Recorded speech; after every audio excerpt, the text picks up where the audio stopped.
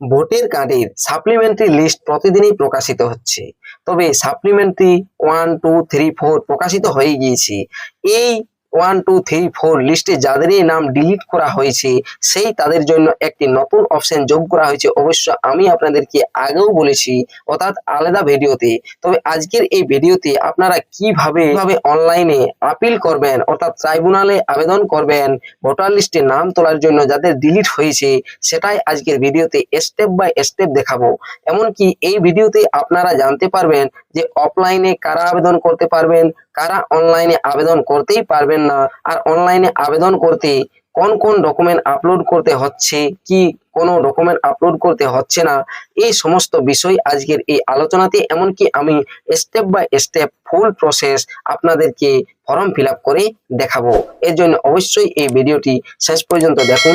আর চ্যানেলটিতে নতুন এসে থাকলে চ্যানেলটিকে সাবস্ক্রাইব করে রাখবেন, পাশে দেওয়া বেল আইকনটি অল করে দিবেন যাতে পরবর্তী নতুন ভিডিও নোটিফিকেশন পেয়ে যান। আর যারা এই চ্যানেলটিকে সাবস্ক্রাইব করে রেখেছেন তাদেরকে অসংখ্য ধন্যবাদ। চলুন আজকের এই ভিডিওটি শুরু করা যাক। আর একটি কথা, যাদের এই ভোটার কার্ড আর আধার কার্ডের নামের বানানের ভুল রয়েছে সেই তারা অনলাইনে আপিল করতে পারবেন কি না এই নিয়েও আজকের এই ভিডিওতে রয়েছে আপডেট। এই ভিডিওতে ফুল প্রসেস দেখতে পাবেন, আর আপনাকে এই ভিডিও দেখার পর অন্য কোনো ভিডিও দেখতে হবে না। দেখুন, প্রথমে ভোটার সার্ভিস পোর্টাল লিখে গুগলে সার্চ করবেন। গুগলে সার্চ করতেই চলে আসবে পরবর্তী পেজটি। এখানে লেখা দেখতে পাবেন voters.eci.gov.in অফিসিয়াল ওয়েবসাইটের লিঙ্ক। এই লিঙ্কে ক্লিক করবেন। এই লিঙ্কে ক্লিক করার সাথে সাথেই অফিসিয়াল ওয়েবসাইটে চলে আসবেন ইসিআই এর। দেখুন, ইসিআই এর অফিসিয়াল ওয়েবসাইটে চলে এলাম। এখানে ডান দিকে সার্ভিস অপশনের মধ্যেই রয়েছে ট্রাইব্যুনালের যে নতুন অপশনটি, সেই নতুন অপশনটি দেখুন। ডান সাইডের দিকে সার্ভিস অপশনের মধ্যেই দেখতে পাবেন সেই অপশনটি। আমি এখন এই ডান সাইডে সার্ভিস অপশনের মধ্যে চলে যাচ্ছি আর আপনাদেরকে দেখাচ্ছি সেই ট্রাইব্যুনাল আপিল আবেদন করার অপশনটি। দেখুন, এই যে এখানে ডান সাইডের দিকে দেখতে পাবেন এই যে এই অপশনটি submit appeal for individual under adjudication, আর এই যে track appeal individual under adjudication, অর্থাৎ এই যে এখানে অপশনটি অ্যাপিল করার পর যখনই আপনি একটি অ্যাকনোলেজমেন্ট নম্বর পাবেন সেই নম্বর দিয়ে এখান থেকে স্ট্যাটাসও চেক করতে পারবেন। তবে এই অপশনে ক্লিক করার সাথে সাথেই এখানে আপনাকে মোবাইল নাম্বার দিতে হবে। মোবাইল নাম্বার দিয়ে পরে এখানে ক্যাপচা দিয়ে রিকোয়েস্ট ওটিপি অপশনে ক্লিক করতে হবে। তবে এখানে এই যে আইডি রয়েছে এটি আপনাকে বানিয়ে নিতে হবে, না যদি থাকে তাহলে দেখুন, যদি না থাকে সেক্ষেত্রে আপনি এই যে নিচে সাইন আপ অপশন রয়েছে সেই সাইন আপ অপশনে ক্লিক করবেন।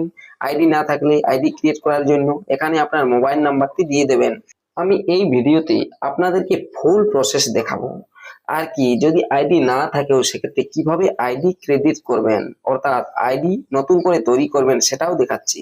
মোবাইল নাম্বার দেওয়ার পর দেখুন ক্যাপচা রয়েছে বাম সাইডে, সেই ক্যাপচাটি ডান সাইডের যে ঘরটি রয়েছে সেই ঘরটিতে দিয়ে দিচ্ছি। ক্যাপচা দেওয়ার পরে নিচেই কন্টিনিউ অপশন রয়েছে, এই কন্টিনিউ অপশনে ক্লিক করবেন। ক্লিক করার সাথে সাথেই দেখতে পাবেন পরবর্তী পেজে এখানে মোবাইল নাম্বার দেওয়াই থাকবে, হয়ে আসবে। আর এখানে দেখুন ফার্স্ট নেম, অর্থাৎ এখানে আপনাকে প্রথম যে নাম সেটি দিতে হবে, তারপরে নিচে লাস্ট নেম অর্থাৎ টাইটেল দিতে হবে, তারপরে নিচেই রিকোয়েস্ট ওটিপির অপশন রয়েছে, এই রিকোয়েস্ট ওটিপি অপশনে ক্লিক করতে হবে। দেখুন, আমি এখানে ফার্স্ট নেম লাস্ট নেম দুটো নেমই দিয়ে দিয়েছি, তারপরে নিচে রিকোয়েস্ট ওটিপি এই অপশনটি যেটি রয়েছে এই অপশনটাতে ক্লিক করে দিচ্ছি। এই অপশনে ক্লিক করার সাথে সাথে যে মোবাইল নাম্বারটি আপনি দিয়েছেন সেই মোবাইল নাম্বারে একটি ওটিপি যাবে, ওটিপি সেন্ড সাকসেসফুলি। এই জায়গাটাতে ওটিপি দিয়ে নিচে ভেরিফাই অপশন রয়েছে সেই ভেরিফাই অপশনে ক্লিক করতে হবে। দেখুন, আমি এখানে এই যে এই জায়গাটাতে এখানে ওটিপিটা পুট করছি। ওটিপিটা পুট করার পর নিচেই ভেরিফাই অপশনে ক্লিক করছি। ওটিপি দিয়ে ভেরিফাই অপশনে ক্লিক করতেই আপনি দেখতে পাবেন এইভাবে পেজটি। এরপর আবার আপনি সেই submit appeal for individual under adjudication এই অপশনে চলে যাবেন। এই পোর্টালে এসে দেখুন আমি এই অপশনে আবার ক্লিক করছি। ক্লিক করার পর দেখুন আবারও সেই পেজটি এলো, লগ ইন। এরপর আইডি তৈরি হয়ে গিয়েছে, লগ ইন হতে পারবো। তাই এখানে যে নাম্বারটি দিয়ে আইডি আপনি তৈরি করলেন এই পোর্টালে, ইসিআই পোর্টালে, সেই নাম্বারটি পুনরায় এই জায়গাটাতে লিখে দিবেন। দেখুন আমি ওই নাম্বারটি পুনরায় এই জায়গাটাতে লিখে দিয়ে পরে বাম সাইডে যে ক্যাপচাটি রয়েছে সেই ক্যাপচাটি দিয়ে দিচ্ছি। ক্যাপচা দিয়ে রিকোয়েস্ট ওটিপি এই অপশনে ক্লিক করছি। রিকোয়েস্ট ওটিপি অপশনে ক্লিক করতেই মোবাইল নাম্বারে চলে যাবে সেই ওটিপিটি। মোবাইল নাম্বারে যে ওটিপিটি যাবে সেই ওটিপিটি এই জায়গাটাতে বসাতে হবে। দেখুন আমি ওটিপি বসাচ্ছি। ওটিপি বসানোর পর নিচেই ভেরিফাই এন্ড লগ ইন, এই অপশন রয়েছে, এই ভেরিফাই অ্যান্ড লগ ইন অপশনে ক্লিক করবেন। ভেরিফাই অ্যান্ড লগ ইন অপশনে ক্লিক করতেই আপনি পৌঁছে যাবেন সেই পরবর্তী পেজে, যেখানে submit appeal for individual under education West Bengal লেখাই থাকবে। Enter EPIC number which appeal being fill, অর্থাৎ যে ভোটার কার্ডের নাম্বারের আপনি অ্যাপিল করতে চাইছেন, যেটি সাপ্লিমেন্টারি 1 2 3 4 লিস্ট থেকে ডিলিট করে দেওয়া হয়েছে, সেই ভোটার কার্ডের নাম্বার দিয়ে সার্চ অপশনে ক্লিক করতে এই পেজটি অর্থাৎ ফর্মটি খুলে যাবে। অ্যাপ্লিকেশন ডিটেলস দেখতে পাবেন এইভাবে, ফুল নেম, তারপরে মোবাইল নাম্বার, আর তারপরেই রয়েছে এপিক নাম্বার অর্থাৎ ভোটার কার্ডের নাম্বারটা আপনাকে আর একবার এই জায়গাটাতে দিতে হবে। দেখুন আমি আর একবার যা ডিলিট করা হয়েছে সাপ্লিমেন্টারি লিস্ট থেকে তার ভোটার কার্ডের নাম্বার আর একবার দিয়ে দিচ্ছি। দেখুন এই যে এই জায়গাটাতে ভোটার কার্ডের নাম্বারটা দিয়ে দিতে হবে। ভোটার কার্ডের নাম্বারটা দিয়ে দেওয়ার পর নিচেই দেখতে পাবেন লেখা রয়েছে full address, full address with pincode, অর্থাৎ ফুল অ্যাড্রেস আপনাকে দিতে হবে, village, post office, APS, district, pincode, এইভাবে যেভাবে আমি লিখছি। দেখুন আমি এখানে ভিলেজ, পোস্ট অফিস, তারপরে পিএস অর্থাৎ ডিস্ট্রিক্ট এইসব দিয়ে দিচ্ছি। এগুলো আপনাকে ফুল অ্যাড্রেস পিনকোড সমেত দিতে হবে। দেখুন আমি এখান থেকে ডিস্ট্রিক্ট লিখছি, ডিস্ট্রিক্ট লেখার পরে ডাব্লিউবি ওয়েস্ট বেঙ্গল এটাও লিখে দিচ্ছি, তারপরে পিনকোডটি দিয়ে দিচ্ছি। পিনকোডটি দিয়ে দেওয়ার পরেই দেখবেন নিচেই লেখা রয়েছে brief facts of the Apple, brief facts of the Apple. এই জায়গাটাতে 1000 ওয়ার্ডসের মধ্যে, 1000 ক্যারেক্টারের মধ্যে আপনাকে লিখতে হবে যে আপনি এই পশ্চিমবঙ্গের বাসিন্দা, আর আপনার নাম ডিলিট করে দেওয়া হয়েছে সাপ্লিমেন্টারি লিস্ট থেকে, ফাইনাল লিস্টে আন্ডার এডজুডিকেশন ছিল, আর আপনি যোগ্য আপনার, এরকম ভাবে আপনি লিখবেন। এই যে যেমন ভাবে আমি লিখেছি দেখতে পাচ্ছেন, মাই নেম ইজ, এইভাবে যেভাবে আমি লিখেছি আপনারা এইভাবে লিখতে পারেন যেভাবে আমি লিখেছি। এরপর আপনারা নিজ থেকেও কিছুটা সাজিয়েও লিখতে পারেন, এইভাবে না লিখেও। যদি আপনারা দেখেন যে আপনার বাবার নাম রয়েছে সাপ্লিমেন্টারি লিস্টে আর ছেলের নেই, সেক্ষেত্রে বাবার রয়েছে বা কত নাম্বার পার্ট বা ভোটের নাম্বার এইসব ইত্যাদিও লিখে দিতে পারেন। তবে আমি যে জায়গাটি ব্লার করে রেখেছি অর্থাৎ মাই ফাদার এপিক নম্বর থেকে শুরু করে নম্বর 416 লেখা রয়েছে, এতদূর পর্যন্ত আপনাদের লেখার দরকার নেই, যেহেতু ইনার বাবার নাম রয়েছে সাপ্লিমেন্টারি 2 লিস্টে আর ডিলিট করা হয়েছে ইনার, সেই কারণে আমি মাই ফাদার যে ডিলিট নেই সাপ্লিমেন্টারি লিস্টে নাম রয়েছে, আর এরই যেহেতু এর বাবা এর ডিলিট করা হয়নি আর ইনার ডিলিট করা হয়েছে, সেক্ষেত্রে আমি এটা লিখেছি। এরপর নিচে দেখুন এই যে রিলিফ সাউটস, এই অপশনে আপনি I request that my name be, যেটা লেখা রয়েছে আমি দেখতে পাচ্ছেন এভাবে লিখবেন। প্লেজের যে জায়গাটি এখানে গ্রামের নাম লিখে নিচে সাবমিট এই অপশনে ক্লিক করবেন।